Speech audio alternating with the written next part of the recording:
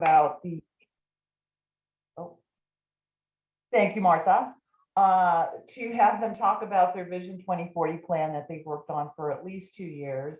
And for those of you that haven't heard about it, you're going to learn a lot about this it's a regional look at the Tri-Valley area and planning for the future. And two points I'd like to make. Number one is that you will see in here, I'm hoping, Lynn and Tim, the 24 recommendations that came out of the plan, which I'm proud to say that our board of directors, the Chamber of Commerce, supported. They took action to support the recommendations and the plan. In fact, we were involved in the development of the plan over the last 2 years. So we were excited to be included in that. And then also my second point is that I'm very proud of ITV because it was, as I like to say, birthed out of the Livermore Valley Chamber of Commerce back in the day under the leadership of the prior CEO, Dale Kay, who is also my friend. And so this is just a really amazing organization.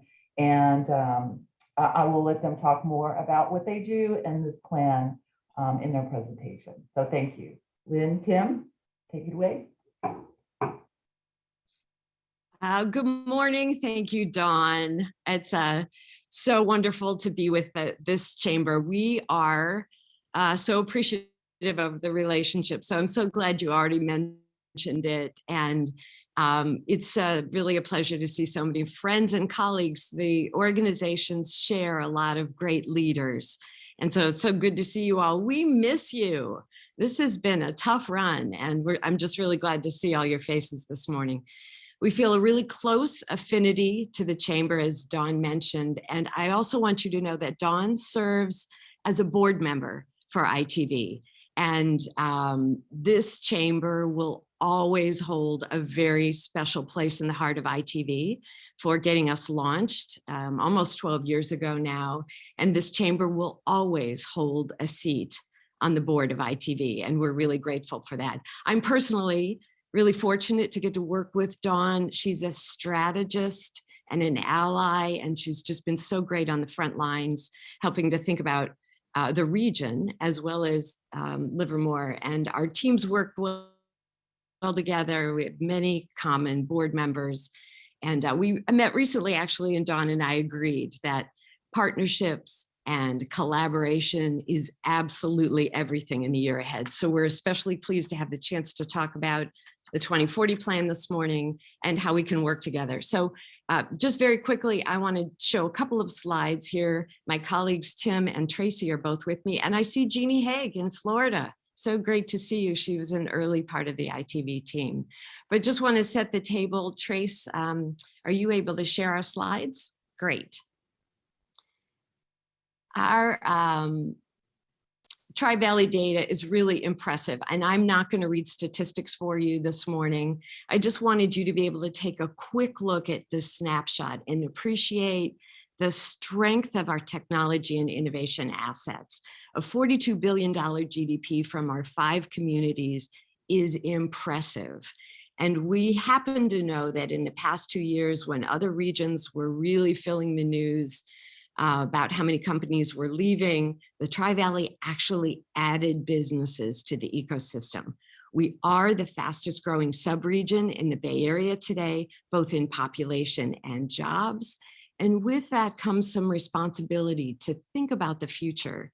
So I wanted to just share very quickly as a reminder, Trace, who ITV is. Our mission is to create a thriving Tri-Valley economy powered by innovation and a great quality of life. And said very briefly, we're a collective of leaders and influencers committed to connecting the innovation assets in the community. And so many of you were involved in establishing ITV. So I don't want to reiterate too much, but there are a few new faces and want you to know who ITV is and what we're working on. We have about 150 companies involved with us in many different ways right now, and we use all of that insight and collaboration to create awareness for the Tri-Valley brand. This is the brand identity for the Tri-Valley. It's emotional, And it's powerful because it resonates with people. There are two really important things to know about the heart of California innovation.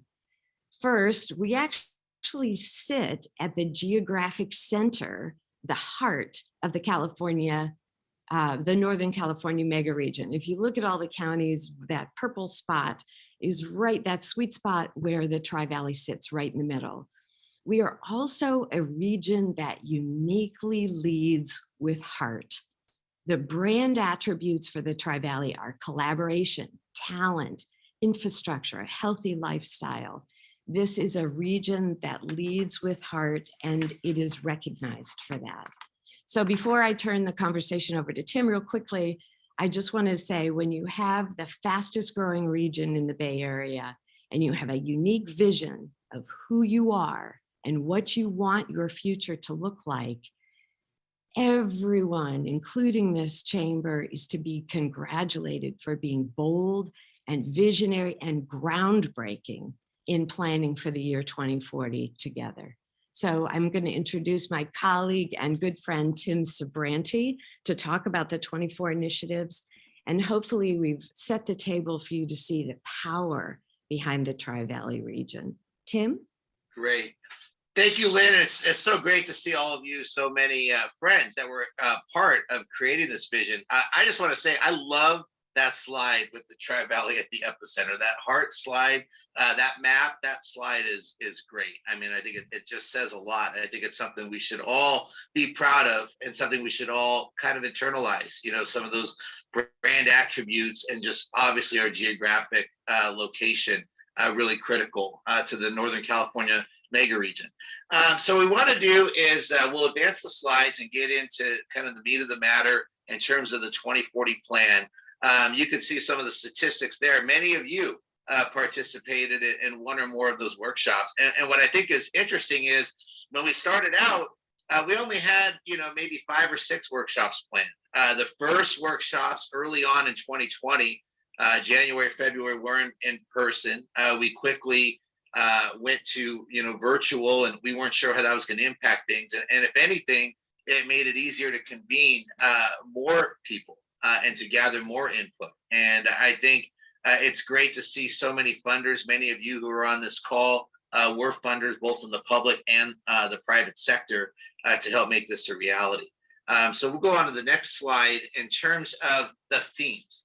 So when we think about, you saw the stats about where the Tri-Valley is today.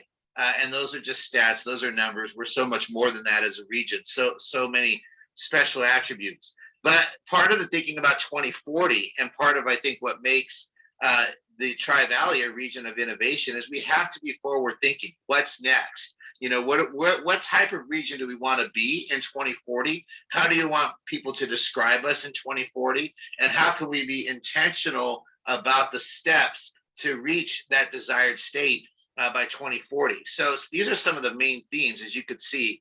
Having world-class talent. What do we want to be known for as a region of a talented workforce? A region that has connections in multiple ways, which we'll talk about. Vibrant places, both whether it's our commercial centers or residential centers, just vibrant places throughout the Tri-Valley. A region focused on equity and opportunity for all. And that fifth one, that is having a green economy. That was something that came out loud and clear in talking to the students, and talking to the young leaders. One of, I think, a couple of my favorite workshops of all was when we convened our high school leaders and we convened some of our college leaders, and when we convened some of our young professionals. And one of the things they talked about is by 2040, really wanted to see, the Tri-Valley be known as a region of sustainability. So those are some themes for what we really want to work towards. But then what are some of the specific recommendations within each of those themes? So as we go on to the next slide, first off, world-class talent. If we're going to be a region of world-class talent, what does that look like and how do we get there? So here are some of the recommendations around world-class talent. I want to talk about the first one because when people see that, they say, well, we already have, we know we have a vibrant community college here. Is another university or college going to locate here? But I think looking at it beyond just a physical space, I think we started early on talking about a campus, but we've quickly realized that lifelong learning and innovation needs to happen everywhere throughout the Tri-Valley. And a concrete example of that is, how do we grow apprenticeship opportunities in industries that we don't typically associate with apprenticeships? You know, we think about apprenticeships, we think about blue collar and the trades and all those types of things, which are great. And we need to support those. But, you know, companies like Robert Half, which we don't really associate with apprenticeships, but they've recently entered a partnership with Chabot Las Positas Community College District about a pipeline and an apprenticeship program for people who are starting out their careers, mid-careers, later in their careers, to create job opportunities. So when we think about lifelong learning and innovation, and thinking about all the different companies within the region and all the different industries within our region, how do we really grow that concept? You know, the idea about, you know, really trying to do more in terms of also looking down a little bit further, seats on local commissions that are dedicated to young leaders. You know, we need to be intentional about the bench. We talk about the bench all the time, but what does that look like in terms of all the different nonprofits? I look around this group, all of us are associated with multiple nonprofits, but how intentional are we about trying to get people's, whether they're teenagers or in their 20s or in their early to mid 30s, to join some of these boards, whether they be nonprofit boards, governmental boards. If we're going to grow the talent, the civic talent leadership, that's something that we need to be intentional about. And the other thing about the university presence, some might look at that and say, well, we already have that. Sure, of course we do. We have a lot of universities that are doing a lot with our labs, but we need to really do more of that. I mean, the open campus is not a new concept, but how do we really grow that in the next 20 years to really be something where we have even more universities connected to that? When you think about Silicon Valley, it didn't happen by accident. It was the confluence of so much talent, so much higher education within a concentrated space, which really helped grow some of those companies. So we as a region trying to be intentional about trying to look at, you know, we're having a lot of conversations with UC Merced about whether they have a satellite campus or degree programs. Cal State East Bay, you know, utilizing Las Positas as a college where you could enter as a freshman, never leave the Las Positas campus, and you could have a degree from Cal State East Bay or UC Merced, you know, so trying to bring that UC and CSU talent to the region. So again, world-class talent, all levels, all careers, both higher ed and thinking about apprenticeships and connecting to industries. So if we could go to the next slide on connections. So connections in a lot of different ways, of course, transportation. And I want to start out with one thing. When we started, we assumed, we didn't put Valley Link as a recommendation because the idea is that's our top priority. And we assume that Valley Link will be built. So that's one thing I just want to talk about. When we talk about that connectivity, that was an assumption, even beyond some of these other things. But some of the other things you could see there are more focused on that last mile, which we always talk about. What's going to really get people out of their cars, and that last mile to connect people. Bishop Branch does an amazing job of that, you know, really thinking about how they get their employees, all the different companies there to the job sites, you know, from various, you know, bus stops, the BART stations. We're really thinking about that as a region and working with our employers to help with that. You can see some of the other recommendations there. Autonomous vehicles, obviously an innovative technology, figuring out what corridors that makes sense. The Livermore Airport, which I know, you know, there's a lot of conversations about that. We heard the mayor allude to that earlier, but that's an asset that we rarely talk about. And, you know, obviously right now the discussion is about, you know, the Kaiser Air proposal, but what does that look like? And we're not talking about bringing in, you know, 747s into the Livermore Airport, but we're talking about how do we utilize that as a hub? You know, for a lot of times CEOs literally make decisions about where they locate their companies, about how easy they can get in and out of a place, or their top executives. So, you know, it's not necessarily utilizing the airport to, you know, become a major airport. But the idea is it is a regional asset. We don't talk about it enough. How do we position that a little bit more? And then, of course, so many of you involved in tourism, and we know that all the different things, whether it's vibrant downtown, whether it's the Bankhead, wine country, so many of these things that are located in Livermore, those are part of what attracts people to the community. So continuing to build those connections to those regional assets. If we go to the next slide. So vibrant placemaking. So we talked about that. You think about downtown Livermore, probably one of the most vibrant places in the entire Tri-Valley. But if we're going to be truly vibrant, we need to be thinking about housing opportunities for all, walkable communities. These are things that are really important, particularly to our young leaders. Coordinating planning efforts. It doesn't mean that there's one governmental agency that says yes or no to any individual city. Obviously, there'll be still that autonomy, but how do our communities, particularly as it relates to economic developments, have conversations about how we can develop complementary services, complementary industries to help build off of each other's assets? And then the last one there, manufacturing and a light industrial park and new technology. Sometimes we think manufacturing, the outdated model of like these smokestacks, and that's not what manufacturing is today at all. And how can we attract more advanced manufacturing to be a region that actually produces products, and thinking about where are those locations in the Tri-Valley? How do we accentuate those assets and be a region that really connects and makes things? Next slide. So this is this focus particularly around equity and the idea of the lifting of everyone and how do we do that?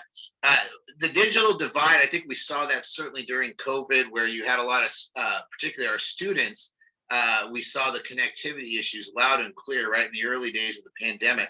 A lot of efforts have been made to improve that connectivity, still a long way to go. But I think part of where we've even changed in the last year is the semantics around not so much digital divide, but how do we increase that connectivity? For some of these advanced companies, the amount of bandwidth that they need is extraordinary. So what do we do in terms of fiber? What does that look like? What's the plan around that? You see the private sector-led philanthropic fund. Check the box. The Three Valleys Community Foundation is already up and running. Many of you support that organization that's poised to do a lot of great things here in the Tri-Valley. The non-tech incubator. This is something, we think about the great work that Brandon's done, and with iGate and all the different companies that have been spun out of that. But what are we doing to incubate small businesses that aren't necessarily technology related? Maybe they're in the financial sector. Maybe they're people that want to open up a restaurant or some other type of company. What are we doing to incubate some of those non-tech small businesses? I talked about the other one when I mentioned getting talent into some of our nonprofits. Part of it is also, what are we doing to train for regional thinking in terms of leadership? So Livermore, the chamber does a great job, and I know at the mayor's State of the City address every year, you honor the people who go through the Livermore Leadership Program. All of the communities in the Tri-Valley do something along those lines, whether it's through the chamber or through the cities or some combination. But is there a possibility for an extra workshop that combines leaders from all the different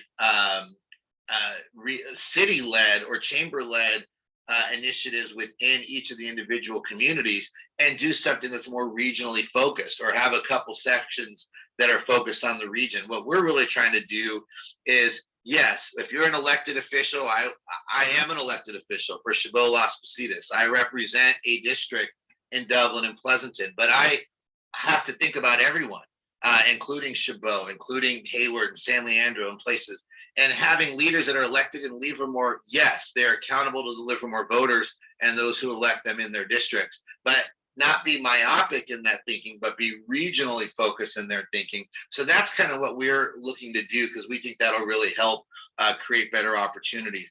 And last, it's so great that Sharon is a co-chair of this committee, because we really think healthcare is one of our greatest assets. We have the confluence of some of the most innovative healthcare entities that you'll find anywhere. So how do we really play that up and really get some added value out of that. Next slide. So finally, on the green economy, you see some of the different initiatives there, but really thinking about that, particularly, can we be a self-sustaining region when it comes to water and energy? What are some of the pilot opportunities that relates to new technologies in these spaces? What does global leadership looks like? How can we work more with the labs, particularly as it related to climate-led research? So that way in 2040, looking ahead, in 2040, how do people describe the Tri-Valley? And the goal is we want people to be able to describe the Tri-Valley as that's one of the greenest economies you'll find in the Bay Area. And then we're mapping backwards from that goal to figure out what does that look like in the public sector, where a lot of great work's being done, and how do we double down on the great work being done in the private sector. Next slide. So, in terms of the more immediate, because 2040, people can think that's such a long way off. So the ITV board, they prioritize some of these things what are some of the things that we could really focus on in the near term? I referenced the one that's already completed and is just launching. But things, really focused. The affordability crisis in housing continues to be a major crisis. So focusing on that. So that way those students who grew up here choose to stay and live here and can afford to do so. Trying to think about, the zoning and the land opportunities around the advanced manufacturing, the broadband concepts in terms of increasing the connectivity, really focusing on that private sector pipeline, where we're really trying to get our students. Las Positas has an initiative called Year to Career. So what do we do? It's not just about 18 and 19-year-olds taking their first year of school and then going away to college. We are still that, and will continue to be so, but really getting the private sector to realize, hey, if they have workforce needs, they can partner with the college to create programs, maybe not even a full-fledged apprentice program, but maybe a certificate program, some other types of needs to meet their workforce needs for technicians or anything else within their specific companies or industry. Next slide. So these are some of the entities that we partnered with to help produce the report. And then I think finally the last slide, I just want to make sure is people have our contact information. And I want to say this, ITV, yes, we were the leaders in terms of working, to create this vision. But as Don pointed out, we're so thankful for the Livermore Chamber officially endorsing the vision. And the idea is ITV, there are some of these initiatives that we will take the lead on. We will run with them as an organization. We will always keep the vision as a North Star. So as we support policies and programs and initiatives, Vision 2040 will be our North Star. And I think it's the idea behind that is this isn't just a report that ends up on a shelf. When I get up in the morning, when I go to bed at night, I'm looking at the Vision 2040 and saying, well, what is ITV doing to help achieve the initiatives within the vision? With that said, we are only one small organization that cannot possibly on our own do all the things in this plan. So the call to action for all of you and the various capacities, and pretty much everybody on this call has multiple capacities, whether it's where you're employed, the nonprofits you're involved with, the positions you're elected to, is thinking of in your capacity as a leader in the Tri-Valley, as an influencer, which of these recommendations or initiatives can you or your organizations run with? And I think that's the important thing, is recognize that this is not a top-down vision or something that just sits on the shelf. This is something that is meant to be organic. The creation of the vision was organic. There's over 1,000 people involved. The implementation of the vision is going to need to be even more organic, involving even more people. I'm going to close by thanking Mayor Warner. He's really been a leader. He took the lead right away, meeting with Lynn and I, and he's got his staff. It was a little bit of a pause with Adam departing, but I know working with Teresa and in that department, and now under Brandon's leadership, the mayor asked for the city to map, hey, where are we in terms of our progress towards these goals, these recommendations within the vision. Some of them may not be applicable, that's understood. But for those that are, where is the progress and how are we going to achieve those? And what's the strategic plan within Livermore, the city? So that's something we're working on with them. And we're doing that across the region with a lot of different entities that are taking the recommendations and, running with it. The other thing is, this is a vision. There's some people that say, well, I don't really like recommendation number 17. Look, or whatever the number is. Hey, no, we're a diverse set of individuals. We're not all going to agree over every single thing. But the idea is thinking about the big picture. Where are we trying to go? And what recommendations can you all run with? So I'm really excited to work with all of you in that. And I'll turn it over to Lynn to close the presentation. Yay, thank you, Tim. We are just thrilled to be with you this morning, and hopefully you're inspired and ready to engage with some of these projects. Please be in touch. We are here with open arms to build the vision for the Tri-Valley region in 2040 together. So please reach out. Tim has done a wonderful job of weaving together some of the things that are possible, but we need to do this together as a region and as a thriving region. So thank you very much, Dawn and Sharon and all of you this morning. We're delighted to be here and look forward to what's next together. Great. Thank you. I would like to remind everyone, if you would like to see the entire 2040 Vision Report, it is on the Innovation Tri-Valley website. So if you have more interest in Tim, I don't have a problem with number 17. I'm just throwing out a random number. I'm looking because it's on my chart right here, and I'm like, what's wrong with item number 17? No, but some people look at the recommendations and they say, oh, well, this one, I don't know. It's like, look at the big picture. These are the themes. These are the goals. So, yeah.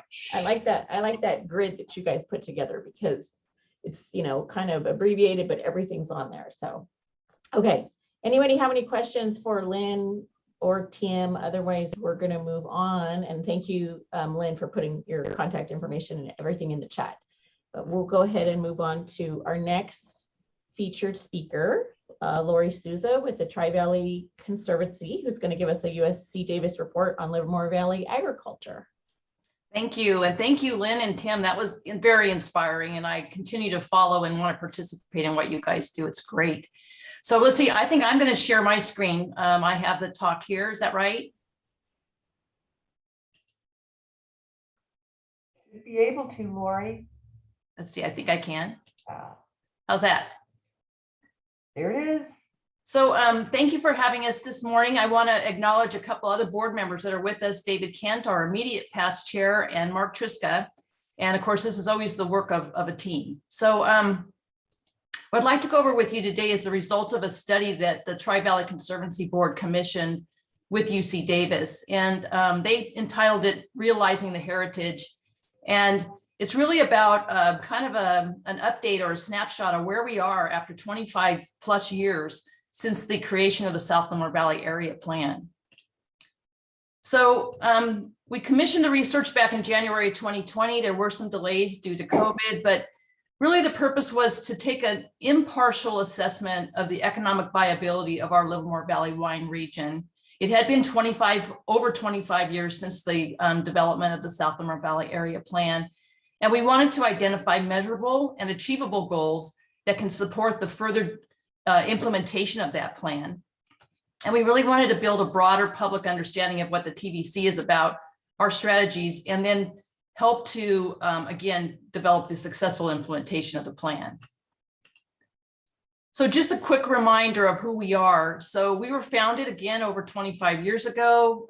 We were the results of the adoption of the South Livermore Valley Area Plan, which is a set of policies that drive the preservation of our wine region and our cultivated agriculture. We're a land trust and we manage the conservation easements in the area. One of the goals of the South Livermore Valley Area Plan was to achieve what we call a critical mass of 5,000 vineyard acres. If you remember back at those times, we were at a pivot point trying to decide as a region whether we were going to fold as a wine region or continue to try to invest and grow it. We currently have about 2,800 acres of planted vineyards, and about 1,600 of those were planted as mitigation in exchange for allowing some housing development to go into the South Livermore Valley area. And as an organization, we're certainly committed to the successful implementation of the plan. So what does the report say? So it was authored by Jim Lapsley and Daniel Sumner, a couple of very prestigious professors at UC Davis.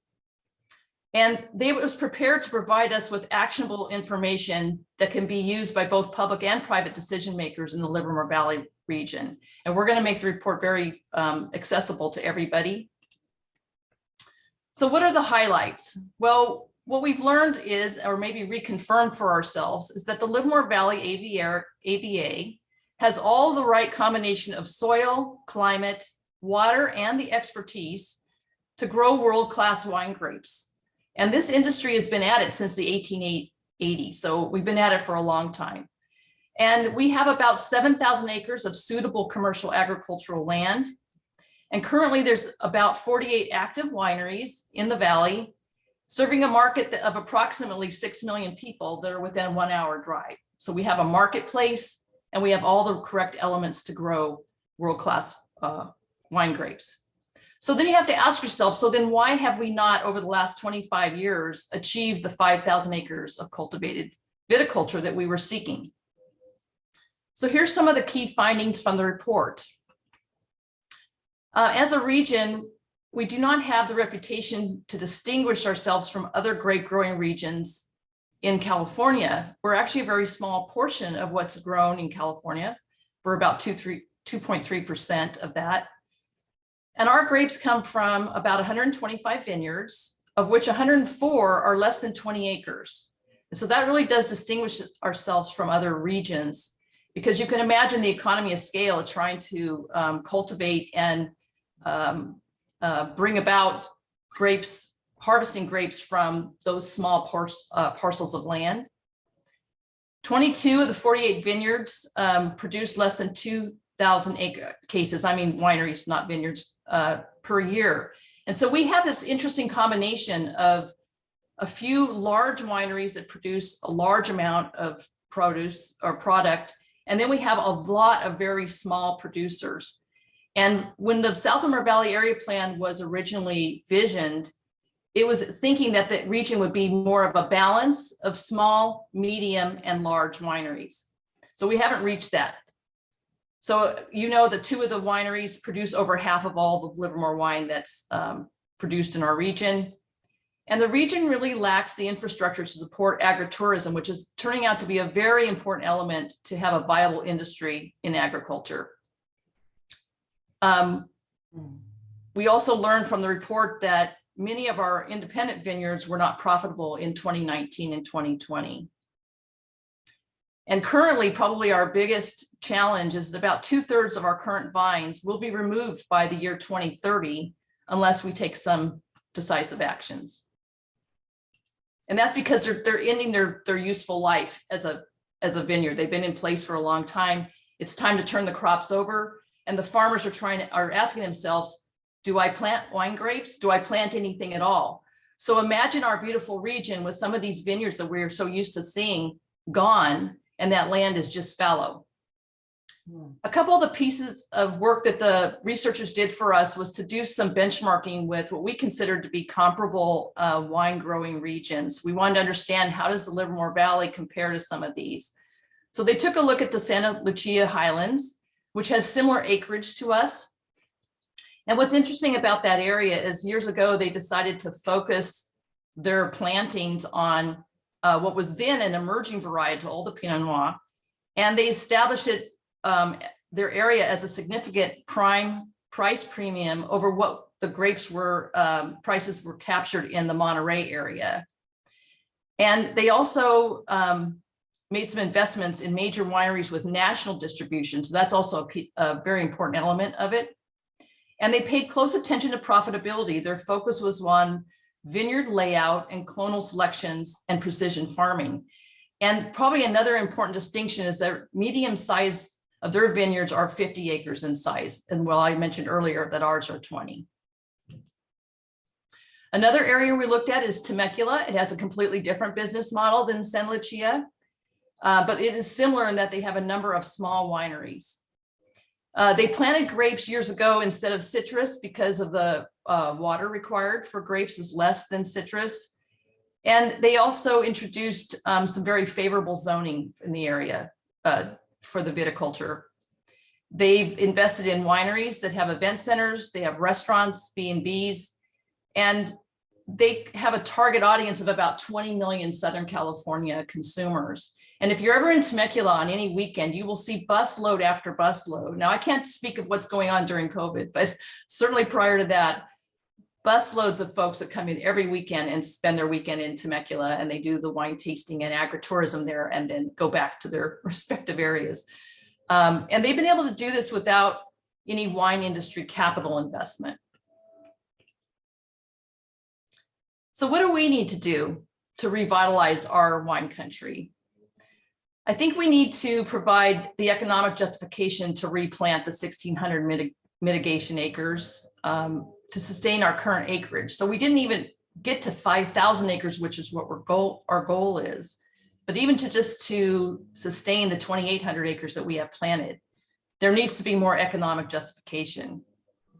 And then, of course, we still want to try to achieve the 5,000 acres of critical mass. We believe that at 5,000 acres, this becomes a very economically viable wine region. So that's a very important number to keep in mind. So specifically, the recommendations from the study was that we need to look at enhancing our wine tourism. You've all heard this before. You're actually all big supporters and a big part of how we do this.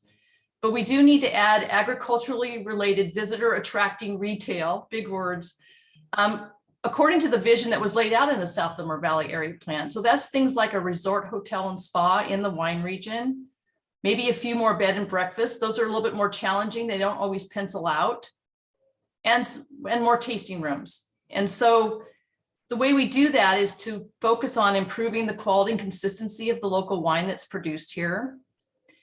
Maybe focusing on one or two signature varietals. We have an opportunity with some of these vineyards that are being turned over. We have an opportunity to focus on new varietals that can make Livermore famous, if you will, for those areas. We need to attract some mid-sized wineries to invest in the region. And we also need to clarify some land use provisions and align them with the South Livermore Valley Area Plan goals.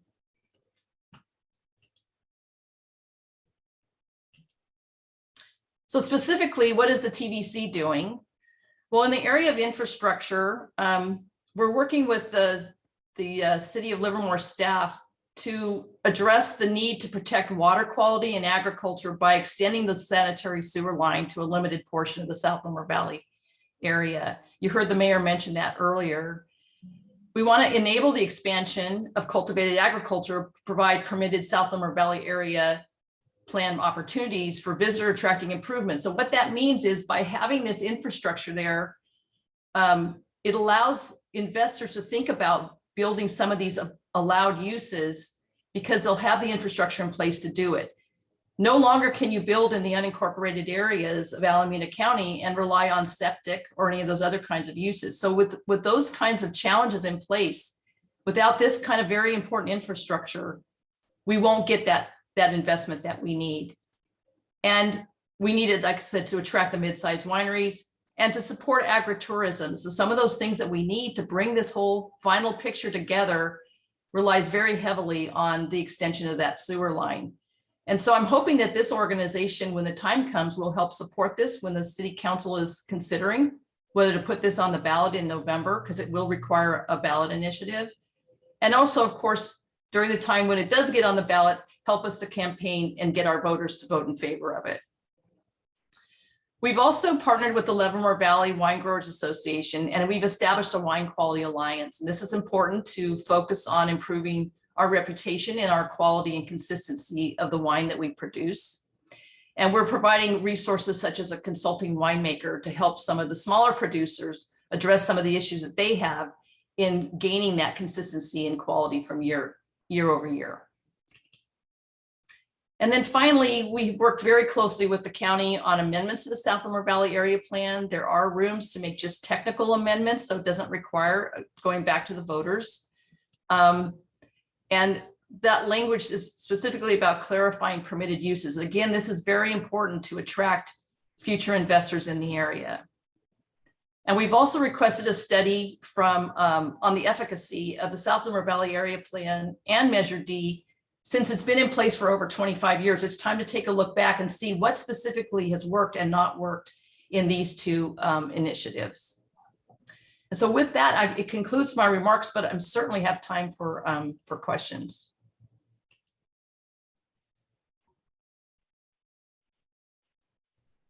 Okay. Thank you, Lori. Kind of scary.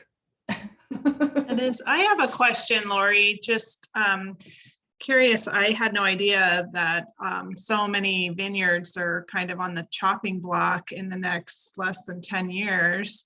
And then with the new interest in like, marijuana and that type of thing, is that a concern that some of these dispensaries are going to come in, buy up these vineyards and start planting marijuana or even hops for the, beer industry?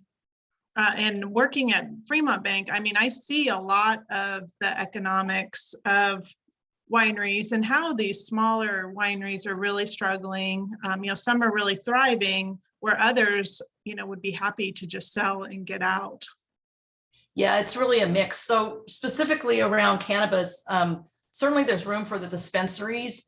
I think there's really a lot of research that still needs to be done in the area of cultivation of cannabis and its compatibility with other crops. We're very concerned about planting cannabis close to or nearby grapes. We don't have any conclusive evidence, but there's a lot of evidence to suggest that they're not compatible crops to be grown close to each other. The Napa wine region and others like Santa Barbara have taken a very firm stand against it. And we're hoping that one of our research institutions will take a really close look at it and to give us some scientific evidence one way or the other, whether those crops are compatible. So it is a concern to us, Kimberly. And I think we're doing some work with leaders in the area to try to monitor that in a way that we can get the evidence first before big investments are made in the cultivation of cannabis in the region. And I think what we're trying to do is get ahead of this, if you will, in the area of what farmers can do over the next few years. I don't think every vineyard I don't think 1,600 acres would disappear tomorrow. It would happen over time in a gradual way. But in 5, maybe 7 years, we could turn around, and if it's not addressed now, it could all be gone, or a good portion of it. And as you know, this directly impacts our quality of life in the area and our ability as employers to attract the best and brightest, because people want to live in areas where their families can grow in a high quality of life region. So this directly impacts the economy of not just the wine region, but I think of all of us here on the call today. Laurie, I've got a quick question. Thank you for the presentation. Regarding the grapes, how long does it take from the time that they're planted to the time that they can start producing? And are the wineries concerned that it's going to take too long, or are there other financial obligations that they're concerned about, such as the processing of the grapes? Yeah. What do you think? I'm going to ask David to weigh in, because you've just got to the limits of my understanding of farming. So that's a good question. It typically takes 4 years from the time you plant a vineyard to having a full commercial crop. If you plant vines that have been in a greenhouse for 1 year, you can get a half crop at year 3. So it's a lot of planning. And I think that's what, there are people who have old vineyards who would like to stay in the business, but they're really challenged because right now, according to the Davis study, if you dig into its massive tomes of data, the average mitigation vineyard is losing $3,000 per acre per year on a fully cost accounted basis, which means, they have to get some return on their original planting of that vineyard. That lack of profitability, meaning there have been no grower returns. People who planted those, nearly 2,000 acres of vineyard, they may have profited from the housing that those were connected to, but they didn't profit from the vineyard And they keep farming because it's already a sunk cost. They maybe lost five, it slightly above the, or below the value of the fruit, they'll keep going. So now they have that long time thing. They don't know what to plant. They'd kind of like to replant the vineyards because they many of them are committed to the region, but they don't have good direction on what to plant. And the fact that they make a decision today, it takes up to 2 years to get the material to plant because it has to be grafted in a greenhouse, and then another 4 years to get going. So really the decisions have to be made in the next couple of years, or these vineyards will just simply, be removed because they're not economical to farm. The yields will drop below that. And then it might be 5 or 6 years before anything can even change on that property. Okay, so we have a couple of hands raised. So if you have any questions, be sure to, put your little hand up so that I can see that. John Marchand, you want to go ahead? Yes, thank you very much. I noticed, Laura, you had the slide that said one of the things that we need here is we need a hotel. And this is one of the things that's always griped me is that Lodi is considered an international wine destination, but Livermore is not because we do not have a hotel. And it is not for lack of trying. And we would probably have a hotel now if it were not for the fact that there were 2 referendums and an initiative that have caused years of delay on a hotel coming in. So just a heads up, the city council will be considering some elements of the hotel this coming Monday. So if you have an opportunity to come in and speak, I would invite you to me. But as I said, we're looking for that hotel. We're trying to bring it in. Thank you, John. And I think that hotel downtown is very important. And I just want to clarify too, that the hotel and spa we're referring to in the report also includes one in the wine region. So something actually not in the downtown area, but I think the downtown hotel, as you all know, is an important element of bringing all this together and making this an attractive wine tourism or agritourism region. So Mark. Yes, good morning, everybody. Happy New Year. Thanks for a great presentation, Lori.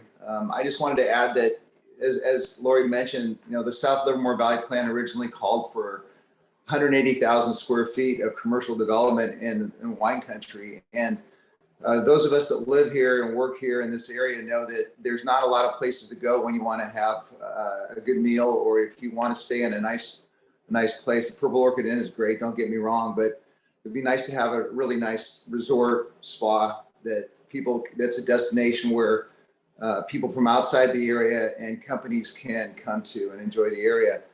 Medium-sized wineries now, you cannot build a medium-sized winery in Livermore Valley because we don't have a sewer connection. You just can't do it. The groundwater will not accommodate a medium-sized winery. So the idea of extending city sewer into our area is critical. So these are the things that the Tri-Valley Conservancy is working on. We want to expand our vineyards. We want our vineyards to thrive, but without the commercial development to encourage people. And I'm not talking about rampant commercial development. I'm talking about wine country development. When you go to Napa, when you go to Sonoma, when you go to some of these destinations that are world famous, they have the infrastructure to not only support the wineries, but also to support the people coming into the area. And that's what we need. That's what we're lacking. Okay, great. I think Brandon, you're next, followed by Mayor Warner. I just have a quick question about how the Conservancy is thinking about the need to educate the public about some of these challenges. Some of the policy initiatives you identified are going to require public support. And I think while wine country is universally beloved within the city of Livermore and the broader Tri-Valley, I don't think that the challenges are very well understood. So are you thinking about that piece? Absolutely, Brandon. We actually have a communication plan that we're rolling out after the, getting this impartial report from the University of California was an important element of this. A lot of the information that was pulled together, we quite frankly could have pulled it ourselves. But then it doesn't have the prestige and the credibility that an independent, impartial report does from the university. So that was actually a very important strategy, if you will, as we start to roll this information out, starting with groups like yourselves and getting you educated on it, because people will turn to you when they hear us starting to report this out, they're going to turn to you as our community leaders to kind of validate what they're hearing us say. But we do have a plan. The report will be made broadly available, and we're going to continue to roll this out through our communications efforts.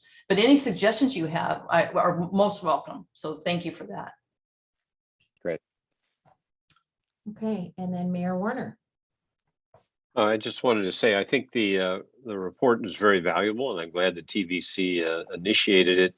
I think it's cause for concern, and that it's very important for the community to come together and back what we need to do to get to support the wine industry. So I hope that everyone on this call understands that we've got a significant wake-up call here, and that we've got to do what we can to help. So thank you.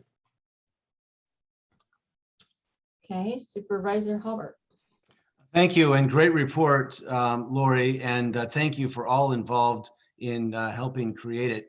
I want to just weigh in and say that I'm in full agreement that anything we can do to support the wine region as a regional asset is a good and positive thing that will bring prosperity for all. The rising tide lifts all the boats in the economic development world. And so we talked about some of the things there around making sure that proper zoning is in place, and that we are fairly and adequately interpreting ordinances and Measure D voted by the people.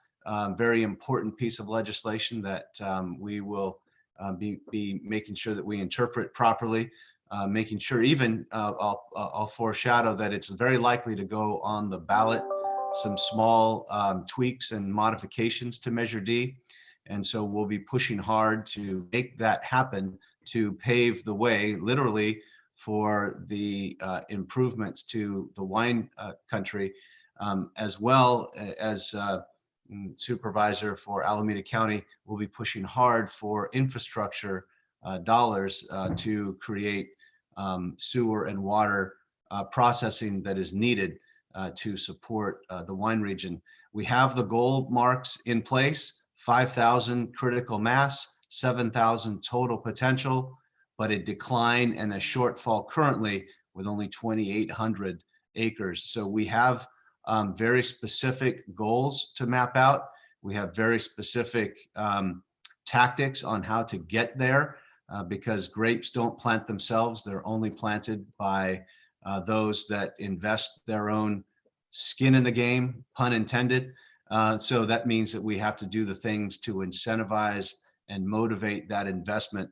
And I'm all for that. That does not mean overdevelopment of any part of our county in any way, but it means doing it in the smart way and looking forward to the Valley becoming more than 2.3% of the state's production, but in a very profitable, high quality way that will make us all proud of our wine region. So thank you, not only Lori for presenting this, not only UC Davis for making it happen, but for people like David Kent and others in the Wine Growers Association, the Wenties, and others for really pushing this. We have great days ahead for us with the Livermore wine region. Thank you. Thank you, Supervisor Howard, and everybody's comments are very well taken. I just want to end by saying, even though this report is somewhat sobering, no pun intended, I think it's also an opportunity, and we're actually very optimistic at the Tri-Valley Conservancy. We feel like we have the right momentum in place. We have some things that we can do, very constructive, productive things that we can do to turn this. We're at a point where we can make it happen. And I think we have the right leadership in place to do it. So appreciate the opportunity this morning. And if you have any questions, please don't hesitate to reach out to us. So Lori, can you please put your contact information in the chat, right? So that for, like Brandon was mentioning, education and awareness, how do we get the Conservancy to come out, provide that information, make sure everybody knows so that when the chatter comes up, it is addressed accurately. So if you can provide that to everyone, that would be great. Okay, we need to wrap up here. So I'm going to go ahead and announce our next meeting, which will be Wednesday, February 2nd. And it'll be David Stark, Realtor Extraordinaire. We'll be giving our annual real estate update. Dawn or Martha, do you have anything else to close out here? I just would like to thank Lori and David Kent and Tri-Valley Conservancy, who has been a very good partner with the chamber for many years, for this presentation and for investing in this really important study and report. It is probably a huge next step in supporting the agricultural economy in this region, which this chamber supports. And I also want to note, Lori is also a member of the board of directors for the TVC. And then also this chamber took a very early position in support of the extension of the sewer service to the South Livermore area on a letter written by its former CEO, Laura Mercier. There was a whole collection of us who weighed in on that and signed on the dotted line with our signatures that we supported this. It was a letter to the city of Livermore and to Alameda County. So we intend to continue that support and that advocacy going forward. Stay tuned for more for updates as they come rolling out. Okay, thanks everybody. Stay safe. Yes. All right. Bye. Hi, everyone. Thank you. Bye. Have a great day. Bye.